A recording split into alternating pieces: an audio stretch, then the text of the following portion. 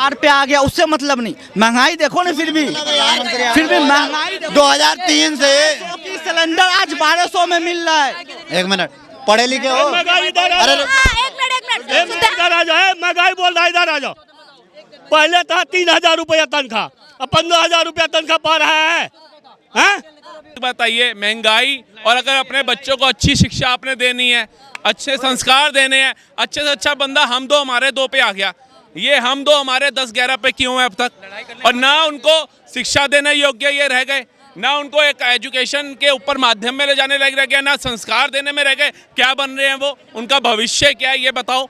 तो जब आपको ही आपके बच्चों की परवाह नहीं है कि हम पैदा तो कर ही जा रहे हैं, लेकिन उनका फ्यूचर क्या है, आप ही लोग आकर करके कहते हो महंगाई। ऐसा नहीं है कि किसी का लाभ मुसलमान को नहीं मिल रहा है और हिंदू को मिल रहा है, नाम देखकर नहीं लाभ मिल रहा है।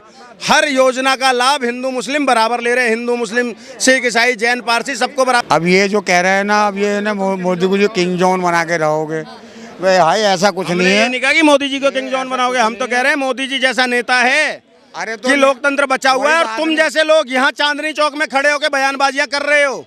यही कांग्रेस होती ना, सुन लो, यही कांग्रेस होती सन 75 का वो दौर याद कर लो, जब जबरदस्ती पकड़ पकड़ के हर एक्टिविस्ट को, हर जर्नलिस्ट को, वकील को, नेता को जेलों में ठूसा गया था।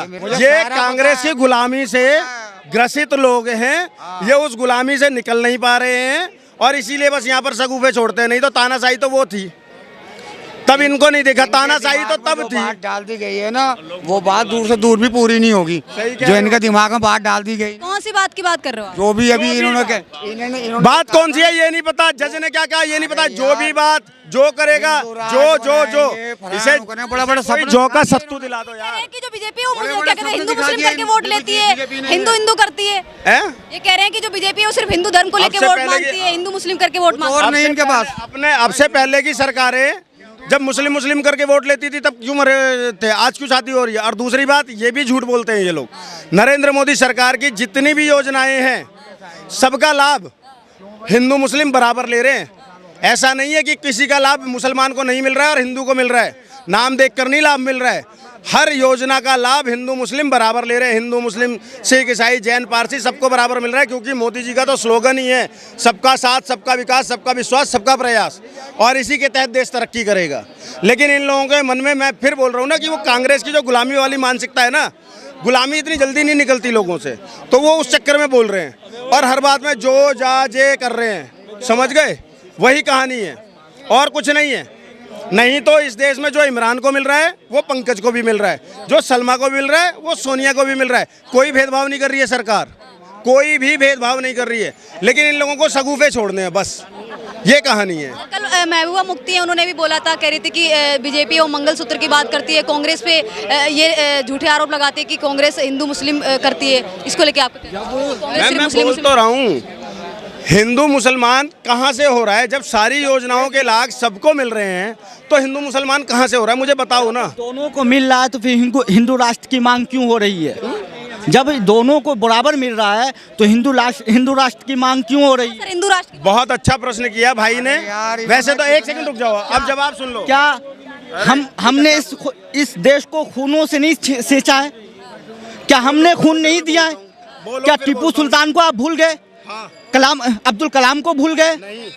क्या मीर अब्दुल हमीद को भूल गए, जो अकेला अब पाकिस्तान के चारों टैंक को उड़ा दिया था? हाँ, नहीं भूले। तो आप हिंदू राष्ट्र की मांग क्यों कर रहे हैं? अब मैं जवाब दे दूं? हाँ बोलिए ना। पहली बात तो हिंदू राष्ट्र की मांग जैसी कोई बात ही नहीं है, क्योंकि ये राष्ट्र ही हिंदू है, इसीलिए इसका नाम हिंदुस्तान रखा गया था। सुन ले, अब सवाल सुने ना, अब क्रमवार तरीके से जवाब लो, अब क्रमवार तरीके से जवाब लो।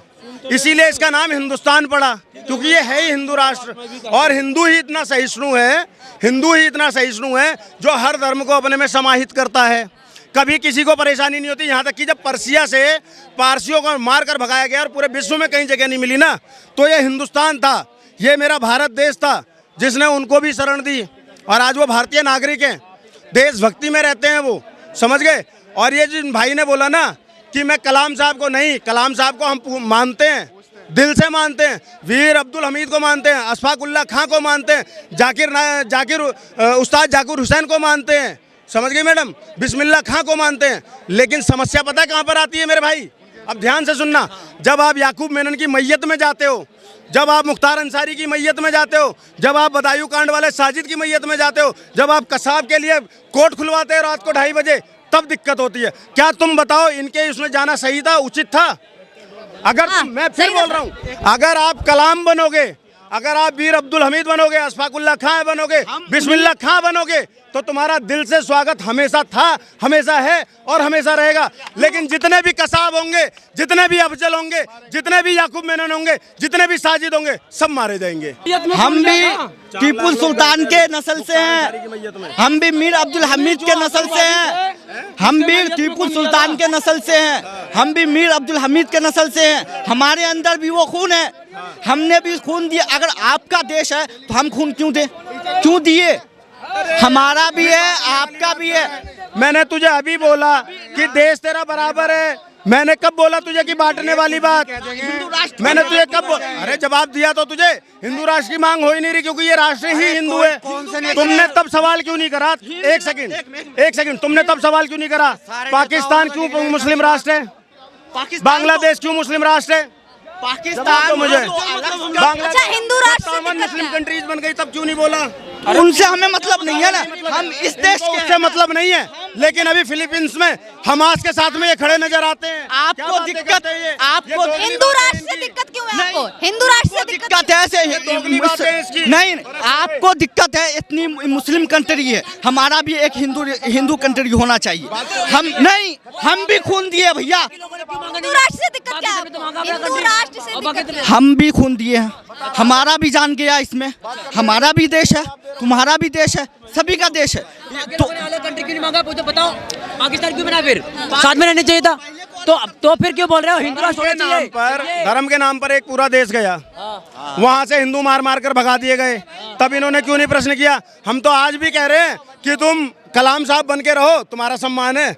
हम कब कह रहे हैं भगाने को, लेकिन आप पाकिस्तान पे क्यों नहीं प्रश्न करते? क्या कर रहे हैं ये बताओ ना, हम कहाँ दंगा फैला रहे हैं? हम कहाँ दंगा फैलाएं ये बताइए ना, किस मंदिर पे जाके झंडा फैलाएं? बताऊं कहाँ पे?